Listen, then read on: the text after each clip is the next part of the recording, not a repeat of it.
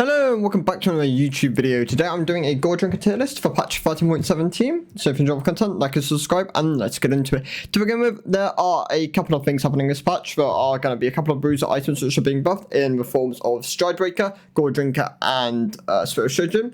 But I want to cover Goredrinker as it is receiving quite a nice buff for a lot of champions, and I want to talk about its viability, where these champions can build the item, and how good it is on a lot of them. So to begin with, in the C tier, I'm going to be putting Kiana and Zed, as both these champions in the past used to be abusers of the item. However, more recently they've been given bonus AD ratios to avoid things like this happening, and thus I'm going to leave them in the C tier as they are mostly tied towards lethality.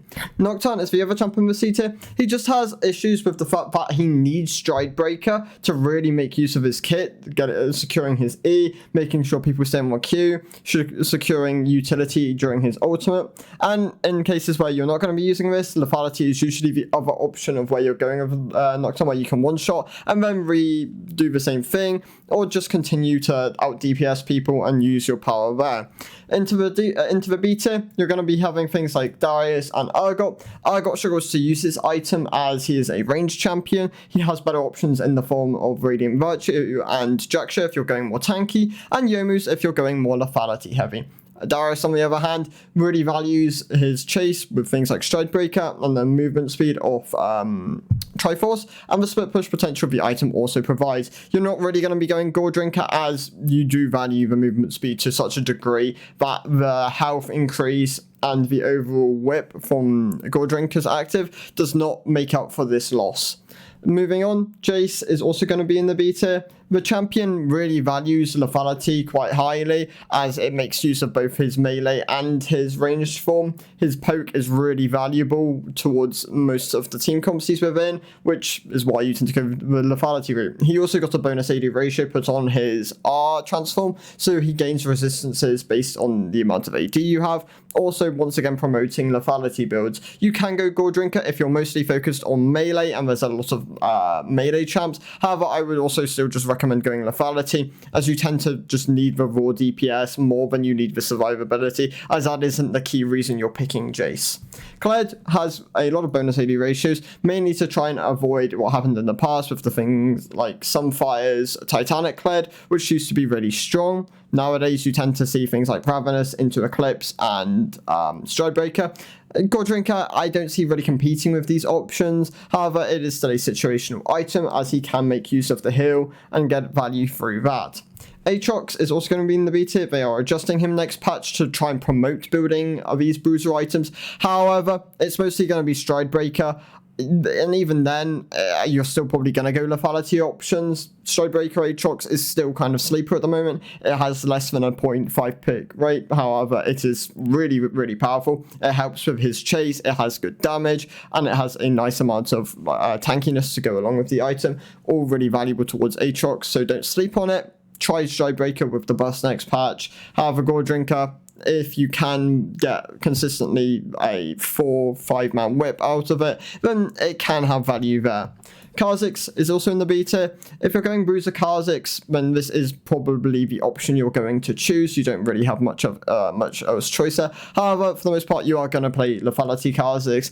Goredrinker just doesn't really compete with it, unless you're Ogurin, obviously. But yeah, mostly going to be lethality, things like Displayed Eclipse, Youmu's, and then it'll be things like Goredrinker if you're going down that Bruiser route. Rengar has better options in machine items, things like the Triforce and the Divine Sundra builds work quite nicely on him. You are, for the most part, going to go lethality, however, as it has a lot of value on this champion. He really values being able to one-shot targets and then re-engage with the after deleting someone. He also doesn't really need the health or the sustain as much when he has this W, and if you make use of your W, you can tend to just use that to sustain to full.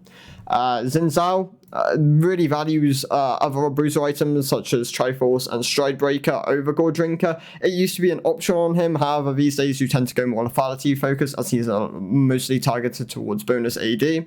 But in the case of his adjustments next patch, where he is gaining 3 to 4% max health scaling on his passive healing, you can look towards these bruiser items. But yeah, for the most part, you're going to be going Stridebreaker, Triforce as your main two on the core. Riven, for the most part, is going to lead with Ravenous. This is her best item. However, still most likely going to be going down the lethality route. She really values Eclipse, Duskblade, and Youmuu's. However, Youmuu's play rate is really low when this might still possibly be her best lethality options.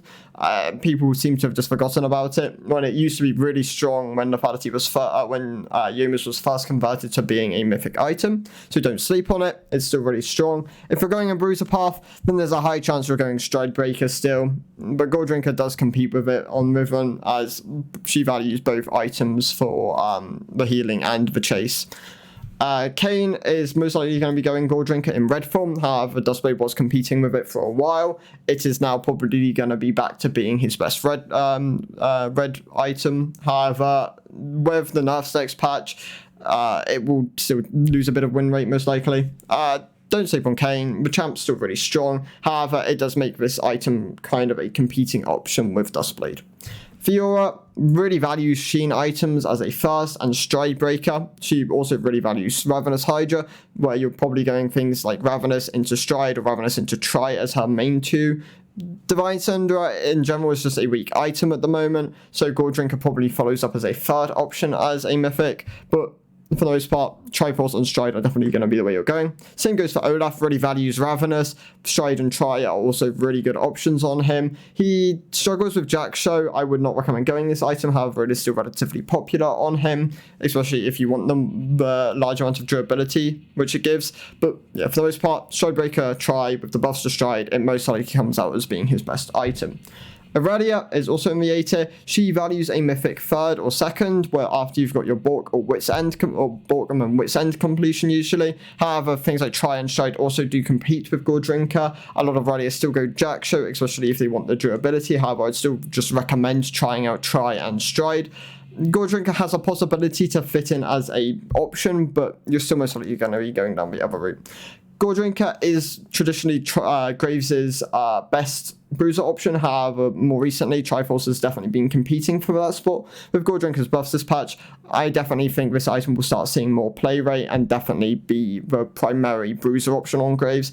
I'd still recommend going lethality Graves or lethality like crit hybrid Graves, as this tends to be his best performing build. However, if you do need the durability and you're able to get a lot of item completion, make sure you're going like the Lucids, getting a lot of CDR, as that's what that build really values, then yes, it can function quite well within a lot of games into a lot of melees.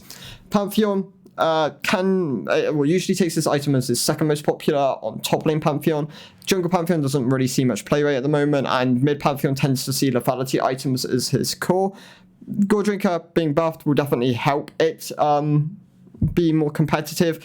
I definitely do think there is a room for Bruiser Pantheon with a more Bruiser-centric build, not going down the Eclipse Sport route, but going more down the Goredrinker Cleaver route. There are definitely options there. However, he does synergize quite well with the 3-hit items of Eclipse and Bork with PTA, so there are options there, definitely.